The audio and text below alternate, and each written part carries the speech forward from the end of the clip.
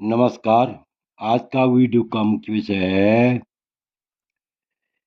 कि स्त्री की कुंडली में ऐसे कौन से ग्रह होते हैं जिन ग्रहों के कारण स्त्री की अल्पायु होती है। अर्थात स्त्री की कुंडली में अल्पायु कौन कौन से होते हैं, इसी विषय पर हम विस्तार पूर्वक चर्चा करेंगे। तो इसके लिए हमें एक प्रमाणिक श्लोक मिलता है कि सूर्यारोक खजलाश्रितो हिमवतः शैलाग्रपातात्मति भौमे अर्कसुता सुसप्त जलगा स्यात्कूपकूपमप्यादितः सूर्याचन्द्रमसो कलेक्षितयुतो कंठास्तो वंदनात् त्वचेत यंद विलग्न संस्थित करो तो ये निमग्ना सुतः। इस प्रकार से हमें शास्त्रों में श्लोक मिलता है। इसका भावार्थ ऐसा है कि जिस स्त्री की जन्म कुंडली में सूर्य चंद्रमा दोनों ग्रह, सूर्य और चंद्रमा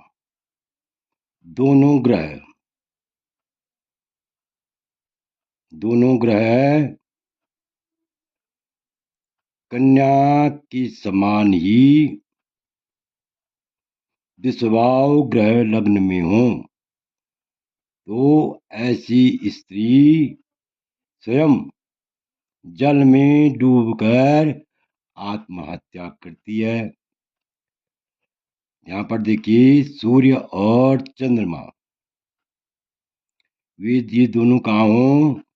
दोनों ग्रह कन्या की समान ही द्विस्वभाव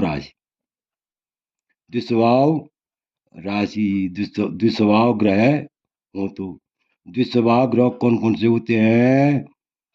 मिथुन कन्या और मिथुन कन्या, और उसके बाद मिथुन कन्या के बाद यानी धनु, और उसके बाद मीन।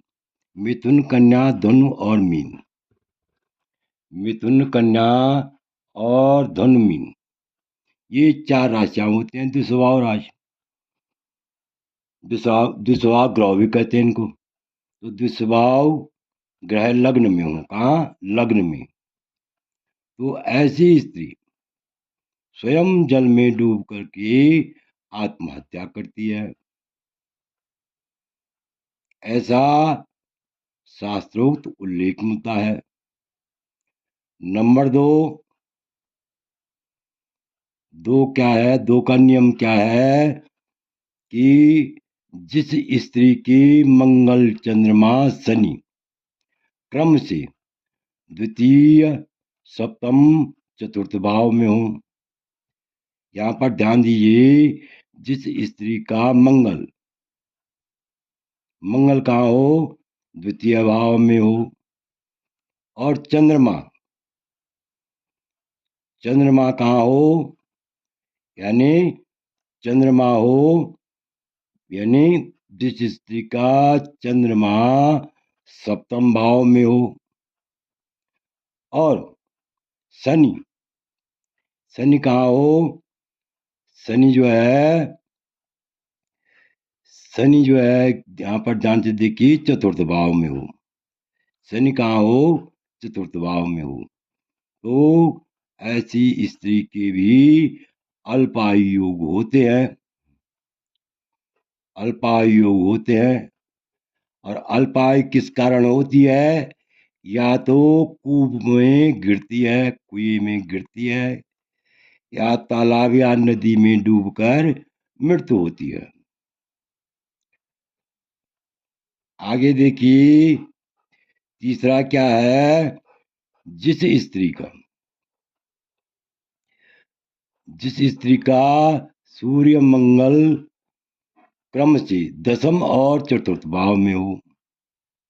सूर्य कहाँ हो? सूर्य दसम और चतुर्थ भाव में हो। सूर्य यहाँ दसम भाव में बैठा हुआ हो और मंगल जो है चतुर्थ भाव में बैठा हुआ हो। ध्यान दीजिए, सूर्य जो है दसम भाव में बैठा हुआ हो और मंगल जो है तीसरे भाव में बैठा हुआ हो, तो ऐसी स्त्री भी जो है उस स्त्री की पर्वत से गिर करके मृत्यु होती है। पहाड़ से गिर करके, पर्वत से गिर करके मृत्यु होती है। और चौथा क्या है, जिस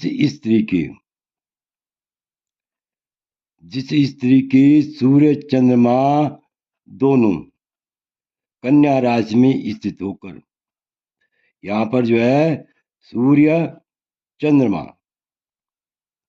दोनों कहाँ हो, कन्या राशि में हूँ, कन्या राशि में हूँ, तो ऐसी स्त्री कन्या राशि में हो और पाप ग्रह से देखे जाते हो। यानी कन्या राशि कहीं भी हो, किसी भी भाव में हो, सूर्य और चंद्रमा, चाहे लग्न में हो, चाहे द्वितीय भाव में हो, तृतीय में हो, चतुर्थ में हो, पंचम में हो, षष्ठ में हो, सप्तम में हो, अष्टम में हो, नवम में हो, दसम में हो, एकादश हो, द्वादश हो। यानी चंद्रमा और मंगल कन्या राशि में हो, यदि ये एक ही राशि में बैठे हुए, वो भी कहाँ, सिर्फ कन्या राशि में, कन्या राशि में बैठे हुए हों, तो उस स्त्री की जो है बंधन से मृत्यु होती है। और पाप ग्रह भी देख रहे हों, यानी इस सूर्य और चंद्रमा को यदि पाप ग्रह भी देख रहे हों, तो ऐसी स्त्री की जो है बंधन से मृत्यु होती है।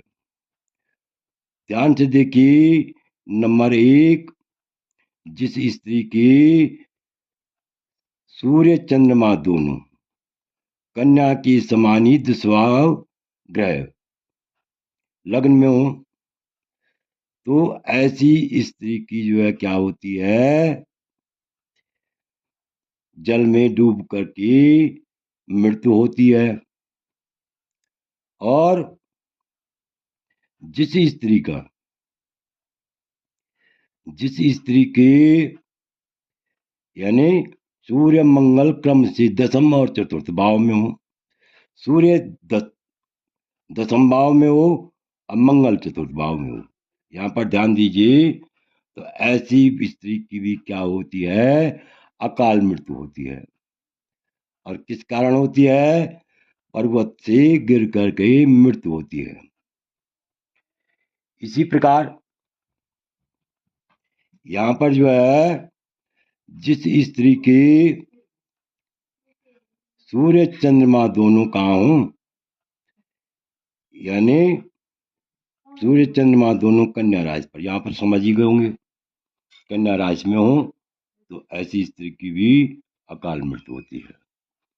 आशा है आप इस वीडियो को भली बात समझ गए होंगे।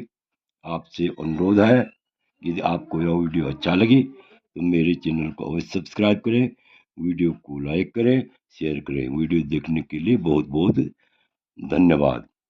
विशेषकर मैं उन लोगों का आभारी हूँ जो वीडियो को नियमित रूप से देख रहे हों। पुनः धन्यवाद।